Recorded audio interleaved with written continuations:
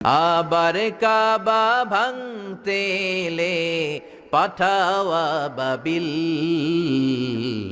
দাও খোদা দাও আমায় আবার উমার দারাজ দিল। সুবহানাল্লাহ বলেন।